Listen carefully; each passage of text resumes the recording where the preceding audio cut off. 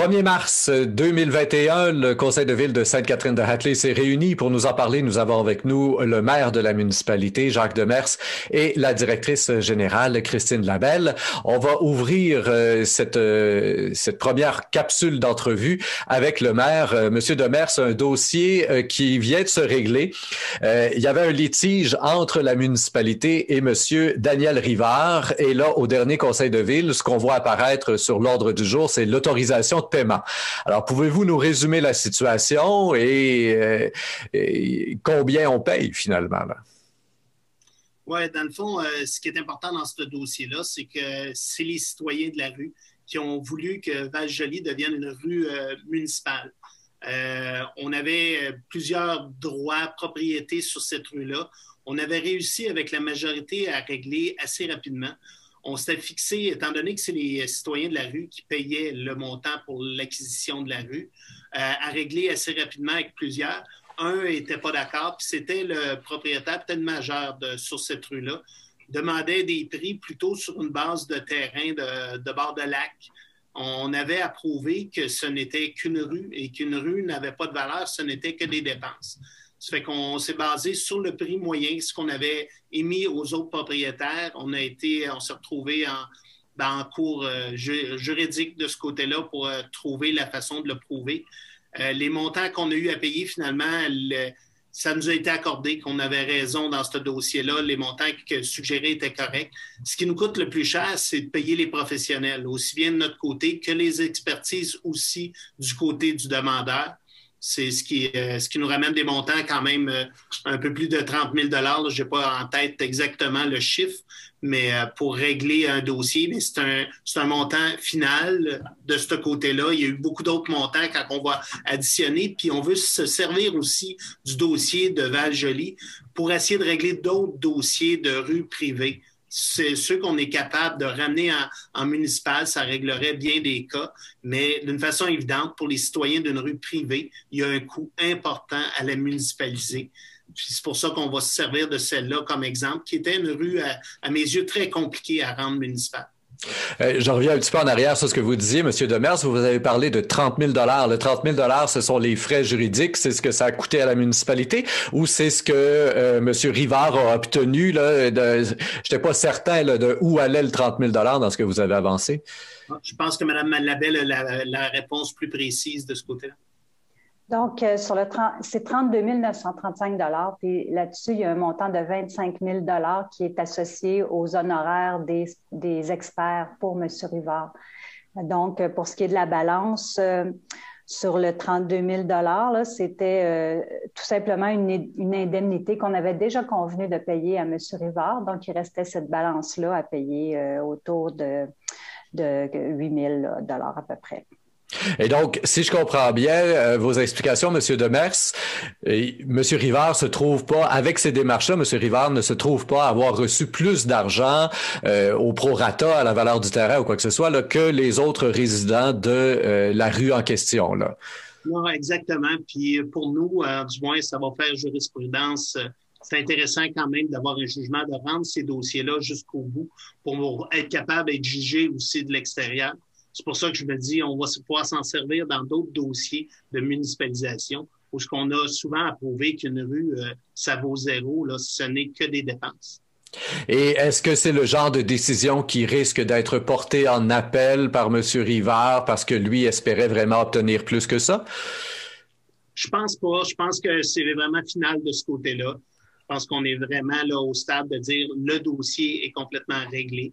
Je dis toujours, je ne pense pas, parce qu'on sait qu'en droit, des fois, on a des surprises qu'on n'attend pas, mais dans ce dossier-là, c'est ce qu'on en sait présentement, c'est final. Un autre des dossiers qui est important pour tous les citoyens, cette fois-ci, de Sainte-Catherine-de-Hatley, et vous en entendez parler régulièrement à l'hôtel de ville, c'est Internet haute vitesse. On en parlait justement il y a quelques mois ensemble lors d'une entrevue, parce que c'est un dossier qui vous tient à cœur en tant que président de la FQM, la Fédération québécoise des municipalités. Et là, on dirait qu'il y a quelque chose, il y a un bourdonnement dans la municipalité. Tout à coup, plusieurs citoyens, en tout cas, lâchent des coups de fil, font des pressions. Quand est-ce que ça arrive?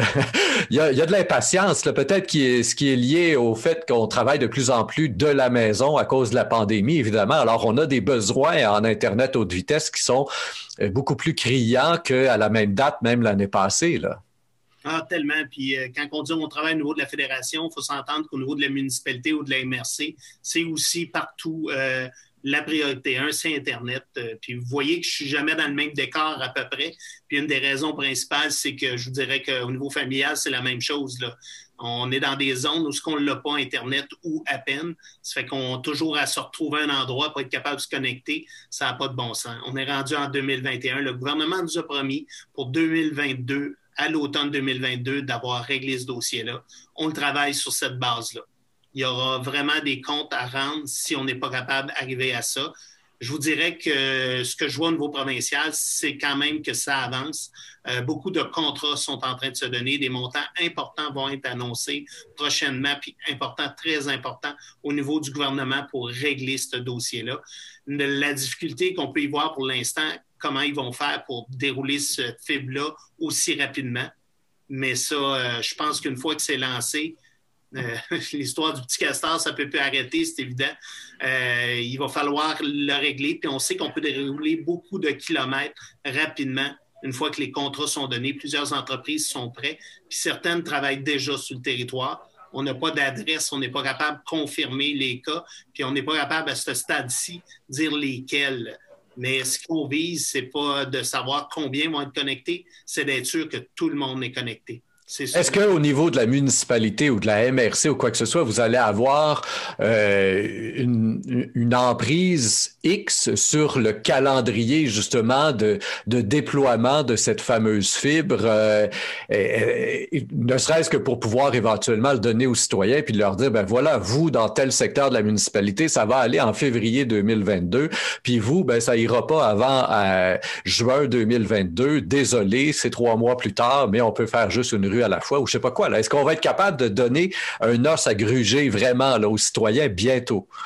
C'est ce qu'on demande. C'est ce qu'on demande d'avoir des adresses, mais on n'a pas cette poignée-là ni au niveau municipal ni au niveau MRC. Ce qu'on a fait au niveau de la MRC et de la municipalité, c'est l'étude de terrain pour voir exactement au-delà des hexagones du CRTC à quel endroit on n'a pas Internet. Puis c'est énorme dans certains secteurs de Sainte-Catherine qui, si on se fie à ces cartes-là du CRTC, on devrait être couvert. Dans les faits, on ne l'est pas.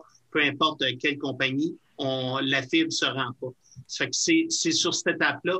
Mais oui, les contrats qui se donnent par le gouvernement, on a hâte de voir les sorties puis les échéanciers, puisqu'à l'intérieur de ça, il va y avoir des échéanciers. C'est pas nous qui les détenons, mais on devrait être capable, d'ici quelques mois, annoncer ces choses-là et voir dans quel ordre ça devrait se faire sur notre territoire. Et là, est-ce que vous êtes en train de nous dire que vous avez à vous battre avec le CRTC aussi pour faire reconnaître certaines zones de la municipalité qui, normalement, selon le CRTC, sont déjà couvertes et qui ne le sont pas, là, finalement, d'après ce que vous nous dites? Il faut que vous ayez à prouver ça au CRTC pour qu'ils repassent la fibre pour de vrai cette fois-là, là? Oui, absolument. Parce que eux, particulièrement, les subventions fédérales étaient basées sur cette carte-là. Puis maintenant, ils ont leur carte est très précise avec les rues et tout ça, mais ils utilisent encore les hexagones qui, eux, ne le sont pas. Ça fait qu'on applique une méthode qui ne fonctionne pas. Il faut aller sur le terrain. Puis cette étude-là, maintenant, est faite au niveau de la MRC. Ça fait qu'on connaît les endroits qu'on a besoin. Puis on demande au gouvernement de travailler avec ces données-là qui sont beaucoup plus précises que celles du CRTC. Très bien. Alors, dossier à suivre, évidemment. Les citoyens le suivent et nous le ferons aussi. Voilà qui met fin à cette première capsule. Je vous invite, chers auditeurs, à écouter toutes les portions d'entrevues réalisées avec la municipalité de Sainte-Catherine-de-Hatley pour le suivi du Conseil de ville du mois de mars. Au microphone, Rémi Perra.